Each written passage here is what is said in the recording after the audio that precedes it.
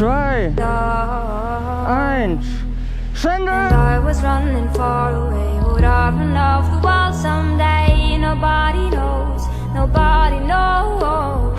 Asigurările mi se par o chestie modernă, adică ce legătură au cu istoria? De fapt, primele asigurări au apărut în Babilon, acum 4000 de ani.